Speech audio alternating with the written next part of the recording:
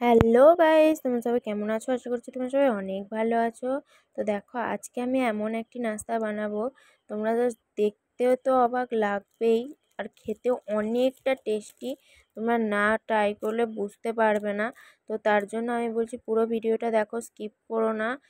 এমন কিছু চটপটা আছে যা তোমাদের মন কেড়ে নেবে, এটা আশা রাখবো আমি, তোমাদের পুরো ভিডিওটা দেখবে।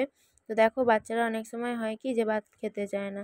ধরো দুপুরবেলা এমন হলো যে তুমি ভাত খাওয়াতে বসলে, অথচ ভাতটা খেলো না। ভাতটা কি করবে? নষ্ট করবে? একদমই না। ভাতটা রেখে দাও, সেই সময় অন্য খাবার বাচ্চাকে খাইয়ে দাও। বাচ্চাকে জোর করো না, ঠিক আছে? তো ভাতটা আমি ভালো করে চটকে নিয়েছিলাম, আলু সিদ্ধ করে নিয়েছি। দেখো, আলুটাকে সিদ্ধ করে ভালো করে মেখে নিয়েছিলাম, আর দিয়ে দিয়েছিলাম একটু অল্প রসুনের পেস্ট, আর দিয়ে দেবো হচ্ছে পেঁয়াজ, নুন, আর দিয়ে দেবো একটা ম্যাগি মশলা, আর দিয়ে দিয়েছিলাম হচ্ছে ধনে গুঁড়ো, ঠিক আছে?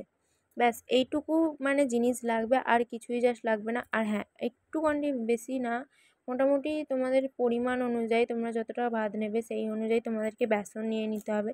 দেখো, আমি ধনে গুঁড়োটা তো দিয়ে দিলাম, আর বেসনটাও দিয়ে দিচ্ছি, আর ম্যাগি মশলাটা আমি এর আগে দিয়ে দিয়েছিলাম। তোমরা দেখেছো কি আমি বলতে পারছি না, তোমরা একটু দেখে নেও ভালো করে। তো দেখো, আমি এইভাবে করে মেখে নিয়েছি, ঠিক আছে? তোমাদেরকে মানে একটা মানে মোটামুটি একটা থকথকে টাইপের একটা ডো তৈরি করে নিলে ব্যাস, কড়াই এইভাবে করে ছেড়ে দাও, উল্টে পাল্টে ভালো করে লাল লাল করে ভেজে নাও, ব্যাস তোমার ফিনিশিং খাওয়ার রেডি, ঠিক আছে?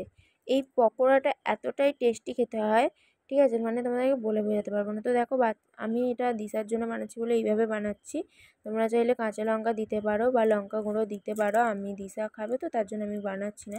তো দেখো, আমি এগুলোকে ভালো করে উল্টে নিয়ে আমি উল্টাতে থাকি। তোমরা প্লিজ চ্যানেলটিকে সাবস্ক্রাইব করো। তোমরা যদি চ্যানেলে নতুন হও, পেজটিকে ফলো করো।